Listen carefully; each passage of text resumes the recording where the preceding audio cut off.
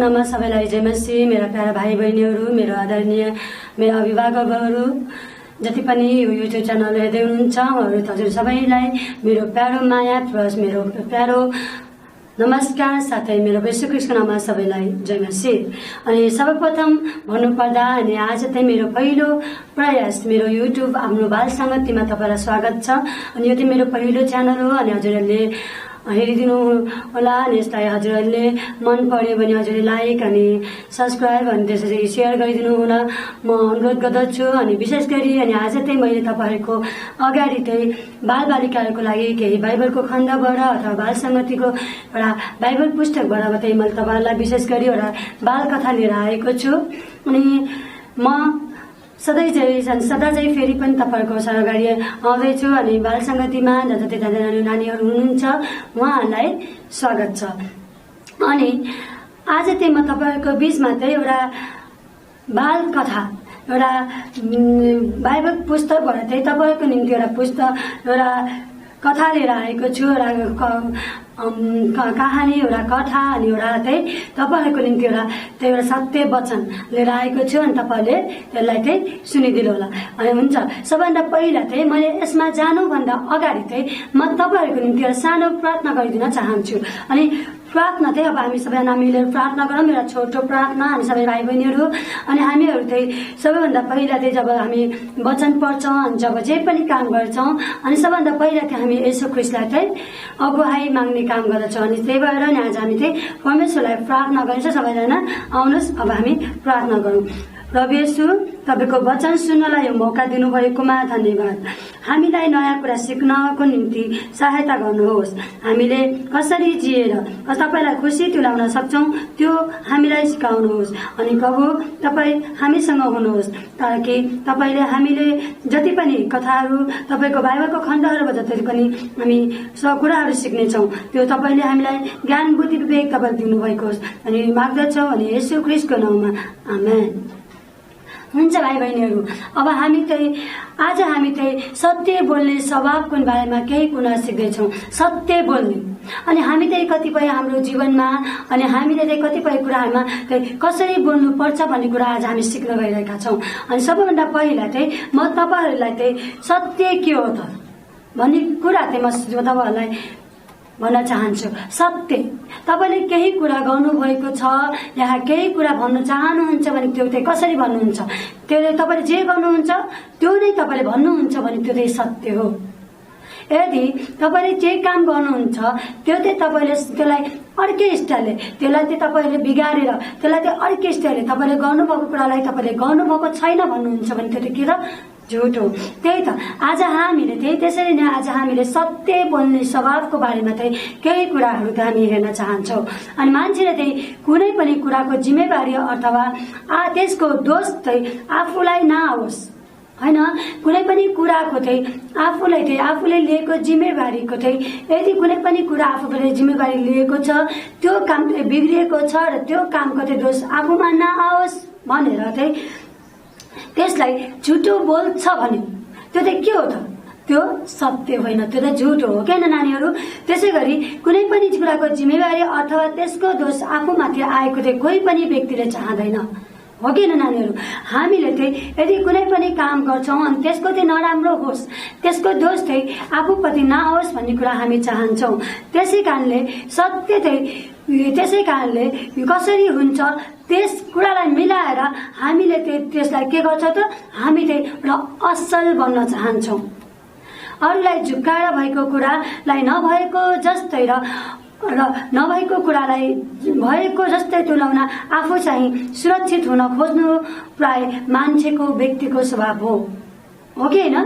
यदि आफूले कुनै पनि कुरा गर्छ यदि त्यो कुरा गलत भएको छ भने त्यसलाई गलत नभएको ठहर्याउनलाई त्यो कुरा गलत भएको कुरालाई गलत होइन भन्ने कुरा ठहर्याउनलाई मानिसहरूले के गर्छ त त्यसलाई भएको जस्तै नभएको कुरालाई भएको जस्तै मिलाउनलाई आफूलाई त्यस कुराबाट जोग्याउन त्यस कुराबाट सत्य हुन त्यस कुराबाट सुरक्षित राख्न मान्छेले के गर्ने गर्छ झुटो बोल्ने गर्दछ।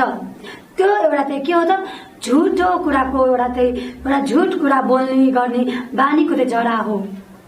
यदि हजुरले कुनै पनि कुरा गर्नुहुन्छ त्यो चाहिँ तपाईको बिग्रिएको छ।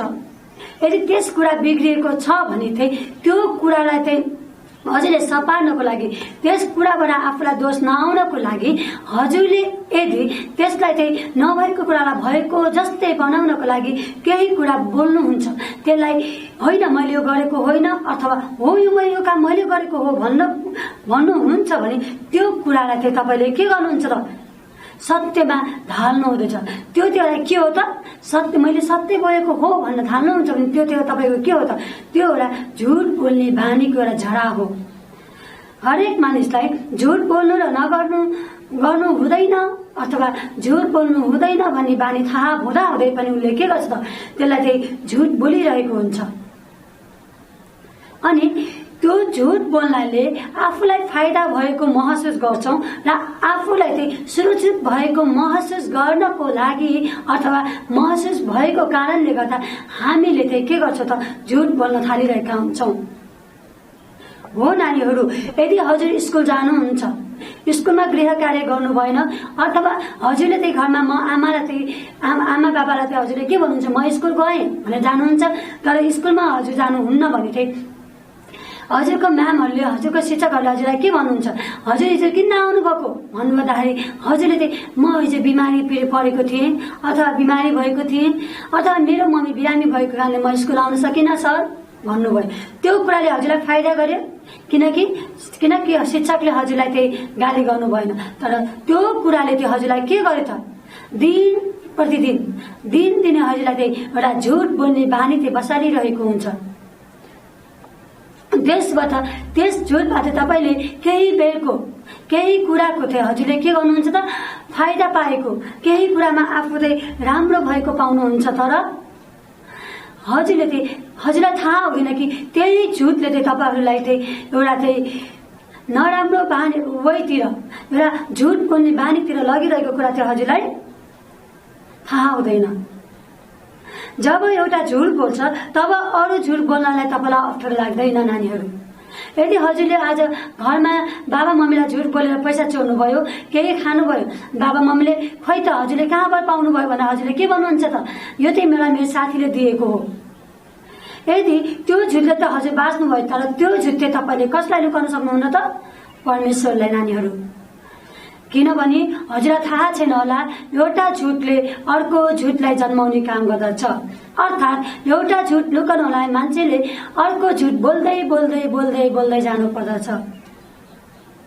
एउटा त्यसपछि मानिसहरू चाहिँ झुटको एउटा बन्धनमा अथवा झुट बोल्ने एउटा बानी बसिसकेको कारणले ऊ सधैँभरि आफूलाई झुटमा, उसले नराम्रो बाटोमा हिँड्छ, नराम्रो खानेकुरा खान्छ, नराम्रो वेमा हिँड्छ, तर उसले आफूलाई बच्नको लागि होइन यो मैले गरेको होइन अथवा यो मैले खाएको होइन भनेर उसले चाहिँ के गर्ने गर्छ र? झुट बोलेर आफूलाई बचाउने काम चाहिँ उसले गरिरहेको हुन्छ।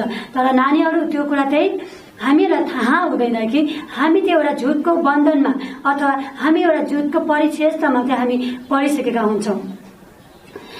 केवल परिस्थितिलाई आफू सुहाउँदो बनाउनलाई असत्य बोल्नु मात्र झुट होइन।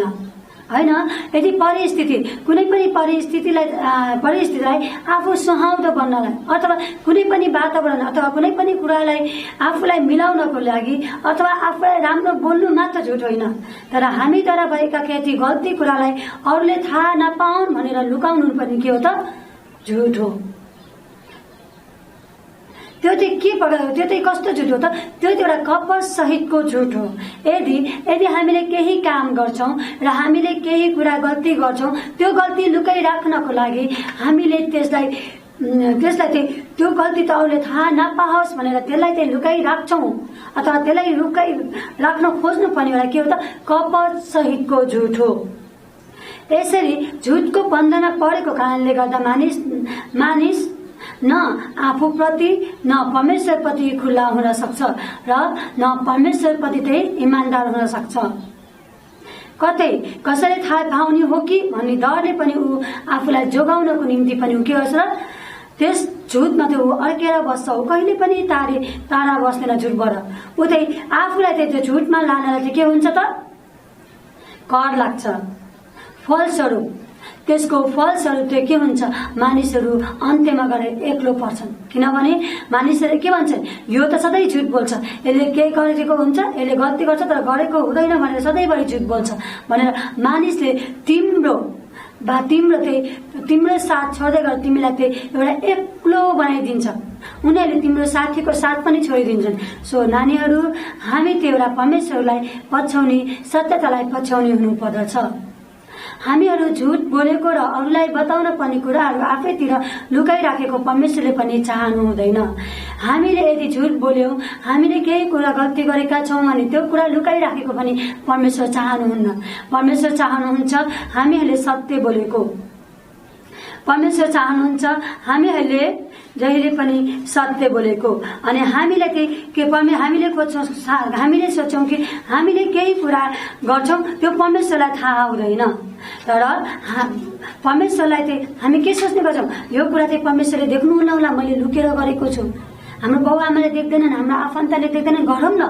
तर होइन भाइ बहिनीहरू, यो कुरा चाहिँ हाम्रा परमेश्वर जो हामीभन्दा माथि हुनुहुन्छ, उहाँले चाहिँ यो कुराहरू देख्ने गर्दछन्। सो भाइ बहिनीहरू, हामी त्यो एउटा असल परमेश्वरले असत्य बोल्ने, विपरीत वेमा हिँड्ने होइन, तर हामी त्यो एउटा असल वेमा हिँड्ने, परमेश्वरप्रति सधैँ सत्य बोल्ने भाइ बहिनीहरू बन्नु पर्दछ। अनि म तपाईहरुको निम्ति एउटा बाइबलको पद पढ्न चाहे। लुका 8:7 मा यसरी भन्छ, कुनै कुरा लुकाएर राख्न सकिँदैन, जो प्रकट हुँदैन, अनि कुनै कुरा गुप्तमा रहँदैन, जो थाहा लाग्दैन वा प्रकाशमा आउँदैन।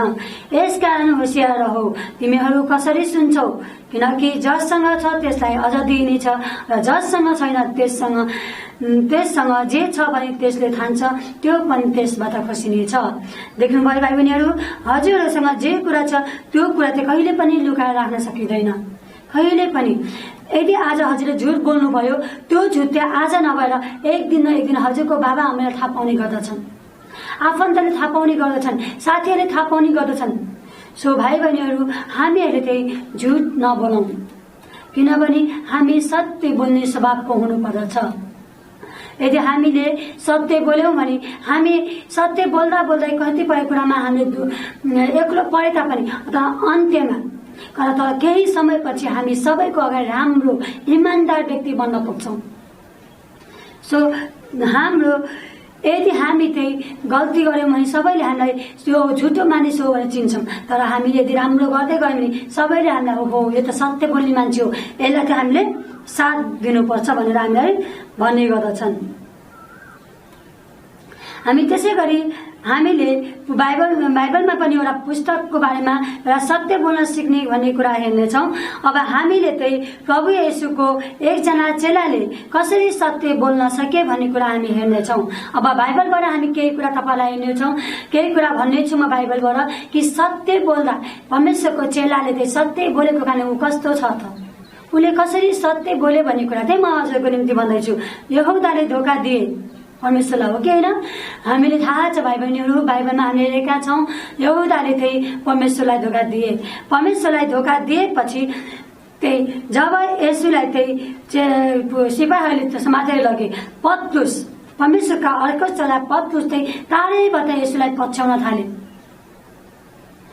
येशूलाई पक्राउ गर्नुभन्दा अगाडि चाहिँ येशूले चाहिँ पत्रुसलाई के भन्नुभएको थाहा छ भाइ बहिनीहरू?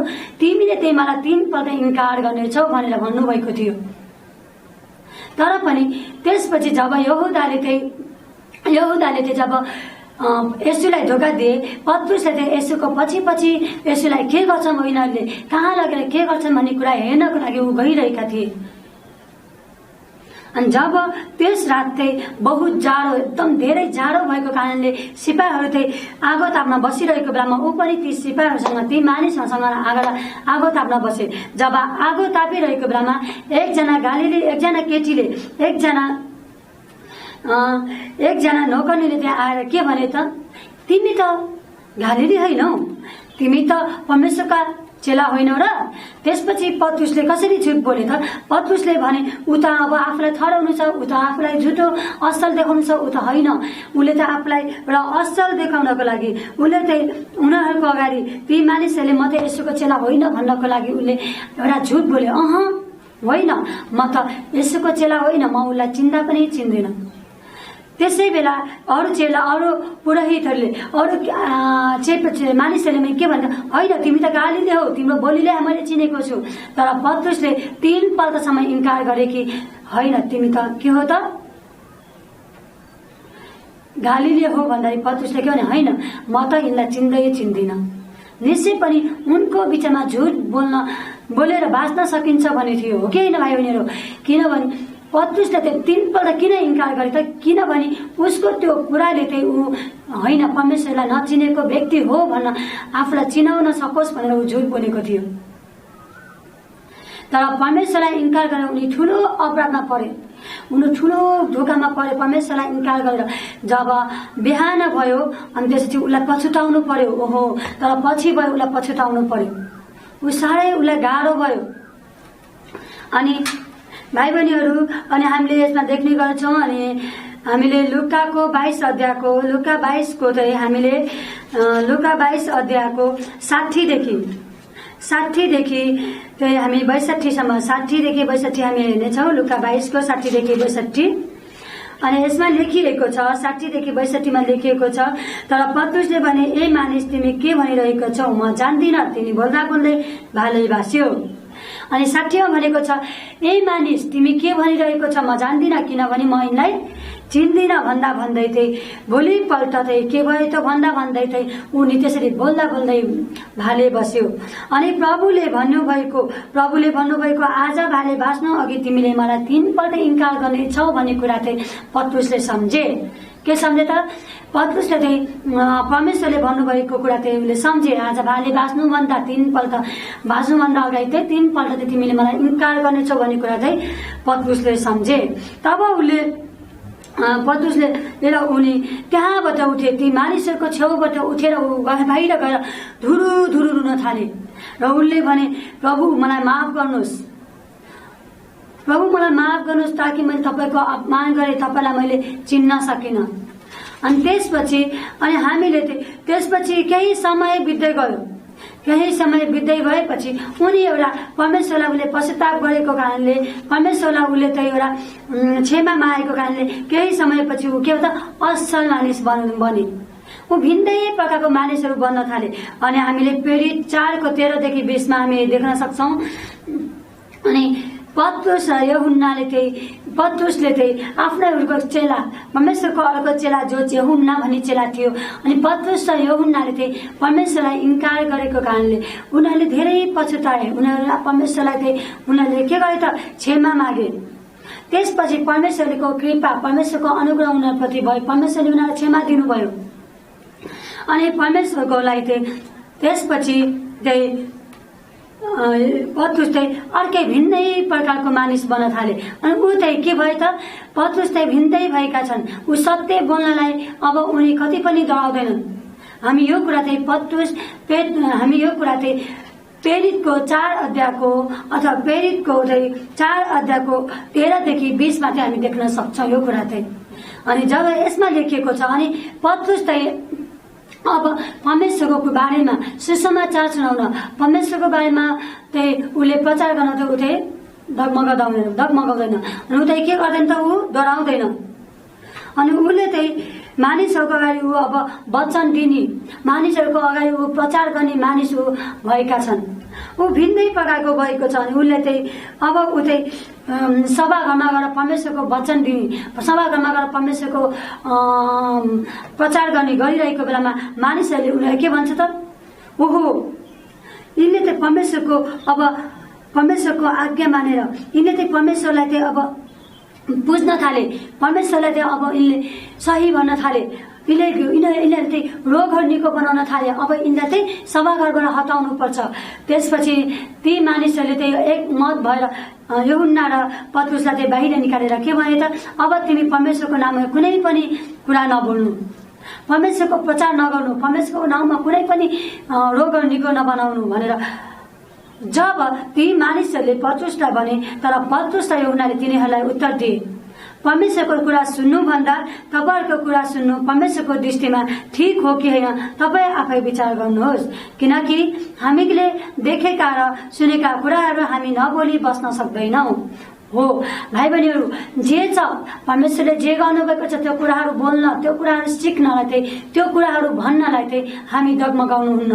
जसरी पत्रुस र यूहन्नाले उले के गर्छ, पत्रुस र यूहन्नाले भने तपाईको कुरा सुन्नु भन्दा त म त परमेश्वरको कुरा सुन्न चाहन्छु, परमेश्वरको कुराहरू चाहिँ अरूलाई भन्न चाहिँ म डगमगाउँदिन। यो ठीक हो कि हैन तपाईहरु आफै विचार गर्नुहोस्। परमेश्वरले गर्नुभएको कुराहरू भन्नलाई ठीक हो कि हैन तपाईहरु आफै विचार गर्नुहोस्। त्यही भएर म चाहिँ परमेश्वरको वचन नबोली बस्न सक्दिन। तिनीहरूले सजाय दिने केही नभएपछि, उपाय नभएपछि तिनीहरू अझ बढी धम्काएर छोडिदिए। किनभने जे घटना घटेको थियो त्यसको निम्ति सबै मानिसहरूले परमेश्वरको प्रशंसा गरिरहेका थिए। जब पत्रुस र यूहन्नाले त्यसो भने तब चाहिँ अनि के भयो त, ती मानिसहरूले चाहिँ के गरे त, ती मानिसहरूले चाहिँ उनलाई धम्काए। अब तिमी यस्तो नगर, तिमीहरू यस्तो नगर, परमेश्वरको बारेमा नबोल भनेर धम्काएपछि ती मानिसहरूलाई चाहिँ अरू मानिसहरूले साथ दिएको, अरू मानिसहरूले उन परमेश्वरको प्रशंसा गरेको देखेर ती उनीहरूलाई धम्क्याउने, तिनीहरूलाई धम्की दिने ती मानिसहरू त्यहाँबाट गएको कुरा हामीले देख्नेछौँ। सो तिनीहरू जो मानिसहरू परमेश्वरको कामद्वारा निको पारे त्यसको उमेर चाहिँ 40 वर्ष भन्दा पनि बढेको थियो। जो मानिसहरू परमेश्वरको नाममा निको भएका थिए तिनीहरू अझै धेरै बाँचेका थिए भाइ बहिनीहरू। त्यसै भएर हामीले चाहिँ यही कुराहरू चाहिँ यही प्रेरितको पुस्तकमा चाहिँ हामी पाउने गर्दछौँ। अनि भाइ बहिनीहरू, अनि अब उनलाई चाहिँ सत्य बोलेर हुन आउने कुरामा केही डर थिएन। बाइबलको यो पत्रुस प्रेरितको 4 अध्यायको 13देखि 20 मा चाहिँ भन्छ, जब तिनीहरू सत्य बोले त्यसबाट के थाहा हुन्छ भने अब तिनीहरू चाहिँ यसुको नाममा कहिले पनि झुट बोल्दैनन्। तिनीहरू म यसुको चेला हो भन्नलाई तिनीहरू कहिले पनि झुट बोल्दैन। अब उनीहरूले झुट बोल्नु पर्दैन, किनभने परमेश्वरले उनीहरूलाई के दिनुभएको त, शक्ति दिनुभएको थियो। परमेश्वरले चाहिँ उनीहरूलाई ताकत र सत्य बोल्ने एउटा आँट दिनुभएको थियो। त्यसैले भाइ बहिनीहरू, हामी पनि झुटलाई त्यागेर सत्य बोल्नु पर्दछ। परमेश्वरलाई सत्य कुरा बोल्न हामीले माग्नु पर्दछ। तर हामीले चाहिँ पत्रुसले चाहिँ साहसको साथमा बोल्न सिक्नु पर्दछ। साहसको साथमा हामी चाहिँ केही कुरा नडराइकन बोल्न पनि हामीले सिक्नु पर्दछ। त्यसको कामको लागि परमेश्वरले नै हामीलाई आफ्नो आत्माद्वारा हामीलाई सहायता गर्नुहुन्छ भाइ बहिनीहरू। सो हजुरहरू जति पनि हुनुहुन्छ भाइ बहिनीहरू, हजुरहरू चाहिँ सत्य बोल्नुहोस्। यदि स्कुलमा केही गल्ती गर्नुहुन्छ भाइ बहिनीहरू, हामी केही आफ्नो दाजु आफ्नो आमा बुवाहरूको अगाडि केही गर्नुहुन्छ, नराम्रो काम गर्नुभएको छ, गएर सत्य बोल्नुहोस् ताकि परमेश्वरले तपाईलाई साथ दिनु। परमेश्वरलाई भन्नुहोस्, प्रभु मलाई केही कुरा भन्नलाई साथ दिनुभएको होस्, मलाई सत्य बोल्नलाई साथ दिनुभएको होस्, ताकि तपाई भोलिपछि एउटा सत्यको मार्गमा हिँड्नुहोस् अनि परमेश्वरको असल छोराछोरी बन्न सक्नुहुन्छ। अनि आजको विषय यही हो भाइ बहिनीहरू, हामी सत्य बोल्न खोज्नुपर्छ, हामी सत्य बोल्ने हुनुपर्दछ छोराछोरीलाई। अनि परमेश्वरले हामीलाई एउटा सत्य बोल्ने छोराछोरी चाहिँ खोज्नु भएको छ। के हामी परमेश्वरको खोजेको जस्तै हुन सक्छ त भाइ बहिनीहरू? हजुरहरू थाहा गर्नुहोस्, के हामी सत्य बोल्छौँ? त्यो तपाईहरुको लागि क्वेशन छ। के तपाईहरु सत्य बोल्नु भएको छ आफ्नो भाइ बहिनीहरू? तपाईहरु सत्य बोल्नु भएको छ आफ्नो भाइ बहिनीको अगाडि, आफ्नो आमा बाबाको अगाडि, आफ्नो साथीभाइको अगाडि, आफ्नो शिक्षक शिक्षिकाहरूको अगाडि भाइ तपाईहरुले सत्य बोल्नु भएको छ? त्यो चाहिँ हजुरहरू विचार गर्नुहोस्, सत्य बोल्नुहोस् ताकि तपाईलाई चाहिँ हरेक कुरामा हजुरहरू चाहिँ के होस् त, बलियो होस्, हजुर सत्य बोल्ने व्यक्ति होस्। अनि आजको मेरो यो सन्देश हजुरको निम्ति छ भाइ बहिनीहरू, हजुरहरू चाहिँ परमेश्वरको निम्ति एउटा सत्य बोल्ने व्यक्ति हुनुपर्दछ। सत्य बोलेको कारणले परमेश्वरले सबैलाई आशिष दिनुहुन्छ। जसरी पत्रुसले उनीलाई परमेश्वरले आशिष दिनुभयो, त्यसै गरी हामीले पनि परमेश्वरको दृष्टिमा आशिष पाउन सक्छौँ भाइ बहिनीहरू। अनि आजको वचन यति नै हो भाइ बहिनीहरू। अनि हजुर सत्य बोल्नुहोस् अनि हामी सत्य बोल्न सिकौं। अनि यो वचन तपाईहरु र हाम्रो लागि परमेश्वरले दिनुभएको अचल हो। अनि आजको एउटा वचन बाइबलको खण्डमा लेखिएको छ, एफिसी 4:25 मा लेखिएको छ, यसकारण झुट त्यागेर हरेकले आफ्नो छिमेकीसँग सत्य बोल, किनकि हामी एउटै शरीरका एक अर्काका अङ्गहरू हौ। एफिसी 4:25 हजुरहरूको लागि एउटा बाइबलको खण्ड मैले यहाँ पेश गरेको छु। हजुरहरूको लागि कण्ठ गर्ने पद मैले तपाईँहरूको निम्ति दिएको छु। भाइ बहिनीहरू, हजुरले कण्ठ गर्न सक्नुहुनेछ। एफिसी 4:25 यसकारण झुट त्यागेर हरेकले आफ्नो छिमेकीसँग सत्य बोल। यसैले यसकारण झुट त्यागेर हरेकले आफ्नो छिमेकीसँग सत्य बोल, किनकि हामी एउटै शरीरका एउटै अङ्गका किनभने हामी एउटै शरीरका एउटै अर्काका अङ्गहरू हौं। किनभने हामी एउटै शरीरका एक अर्काका अङ्गहरू हौं। भाइ बहिनीहरू, यो पद तपाईँको लागि छ, एफिसी 4:25। अनि तपाईँलाई धन्यवाद छ। अनि आजको यस हाम्रो बाल संगतिमा तपाईँलाई धन्यवाद छ। अनि हामी अब अन्तिम प्रार्थना हामी गर्नेछौँ, अनि त्यसपछि हामी यहाँबाट छुट्नेछौँ। आउनुहोस्, अब हामी अन्तिम प्रार्थना गर्नेछौँ। हे परमेश्वर, हामीलाई क्षमा गर्नुहोस्। हामीले झुट बोलिहाल्छौँ, हामीले झुट बोलेका छौँ भने हामीलाई क्षमा गर्नुहोस्। हामी प्रार्थना गर्छौँ, हामीलाई सबै परिस्थितिमा र सबै ठाउँमा सत्य बोल्ने शक्ति दिनुहोस्, साँचो बोलेर जिउने साहस दिनुहोस्। हामी तपाईलाई मन पर्ने छोराछोरी बन्न चाहन्छौँ, हामीलाई साथ दिनुहोस्। हामीलाई असल वेमा सत्यको मार्गमा हिँड्नलाई साथ दिनुहोस्। प्रभु धन्यवाद, प्रभु येशू ख्रीष्टको नाममा, आमेन। हुन्छ, सबैलाई धन्यवाद। भाइ बहिनीहरू, हजुर जति पनि मेरो युट्युब च्यानलमा जोइन हुनुभएको छैन, यो मेरो पहिलो प्रयास हाम्रो बाल संगतिको यो च्यानलमा तपाईहरुलाई स्वागत। अनि तपाईहरुलाई म फेरि पनि तपाईहरुलाई स्वागत गर्छु। अनि हजुरहरूले यो च्यानललाई लाइक, सब्स्क्राइब अनि त्यसपछि त्यहाँ बेलमा तपाईहरुले बेल थिचेर तपाईले थम्स अप गरिदिनु होला। अनि हजुरहरूलाई यो मेरो पहिलो प्रयास मन परेमा हजुरहरूले यसलाई हजुरहरूले शेयर गरिदिनु हुन अनुरोध गर्दछु। अनि म विशेष गरी हाम्रो बाल संगतिमा मैले बाइबलबाट कथाहरू मात्रै नभएर अनि म तपाईलाई चित्रसहित केही कथाहरू पनि अनि म तपाईलाई सिकाउने छु। अनि विशेष गरी नयाँ भजनहरू पनि म तपाईलाई सिकाउने छु। अनि विशेष गरी कहिलेकाहीँ आर्ट एन्ड क्राफ्ट, ह्यान्डिक्राफ्टहरू अनि म कसरी चराहरू अनि पेपर क्राफ्टहरू, ह्यान्डिक्राफ्टहरू अनि म हजुरहरूलाई नयाँ नयाँ कुराहरू तपाईहरूको बीचमा म ल्याउने नै छु। तपाईहरुलाई धन्यवाद, सबैजनालाई धन्यवाद। जय मसीह, नमस्कार।